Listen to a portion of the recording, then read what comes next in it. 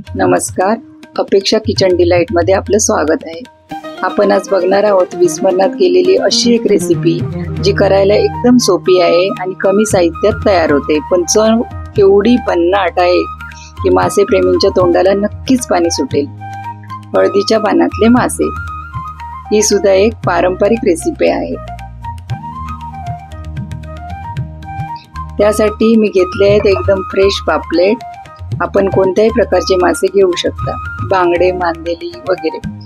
तर हे पापलेट साफ करून नळाखाली स्वच्छ धुवून घेऊन त्यामध्ये चवीनुसार मीठ, पाव चमचा हळद व कोकमाचं पाणी घालून त्याला 15 ते 20 मिनिटं मॅरिनेट करून घेतलं। आता या पापलेटला लावायला एक पेस्ट करून घेतली। त्यामध्ये भिजवलेल्या 5-6 बेडगी मिरची, 3-4 त्रिफळं, ती सुद्धा मिरची भिजवतानाच भिजत घातली होती, 6-7 लसूण पाकळ्या, छोटासा आल्याचा तुकडा आणि 1 चमचा धने, हे सर्व मिक्सर मध्ये बारीक वाटून घेतले। आता ही पेस्ट सर्व तुकड्यांना अगदी व्यवस्थित लावून घ्यायची।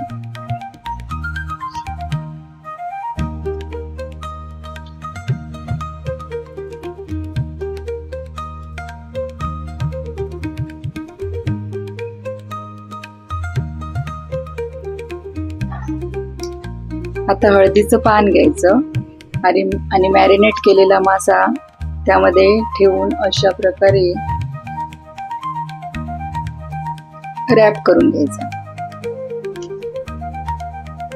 हे जे आजीच्या आईच्या काळातले पदार्थ आहेत ना, ते खूप कमी साहित्यात बनतात आणि चवीला अप्रतिम लागतात। अलीकडे रेस्टॉरंटमध्ये जे पदार्थ मिळतात त्यामध्ये मूळ पदार्थापेक्षा ग्रेव्हीच खूप जास्त प्रमाणात असते आणि त्यामुळे मूळ पदार्थाची चवच आपल्याला समजत नाही।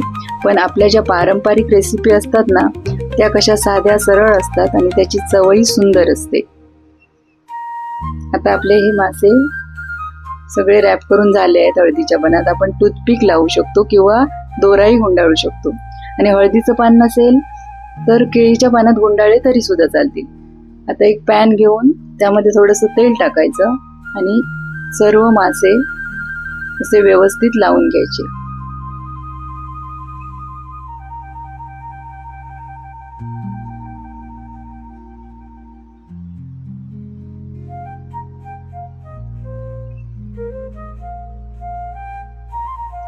आता हे 5 ते 7 मिनिटं असं खरपूस भाजून घ्यायचे।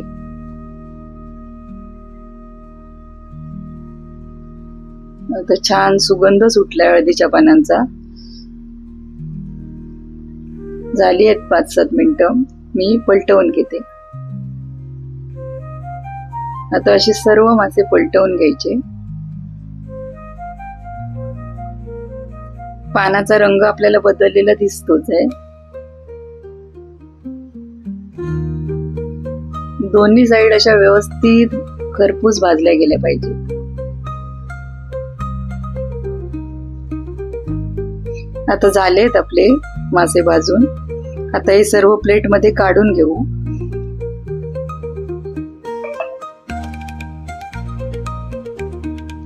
गरमागरम तांदळाची भाकरी आणि हे असे हळदीच्या पानातले मासे, आहा, नक्की करून बघा। रेसिपी आवडली तर लाईक, शेअर करा, सबस्क्राईब करायला विसरू नका, बेल आयकॉन प्रेस करा। धन्यवाद।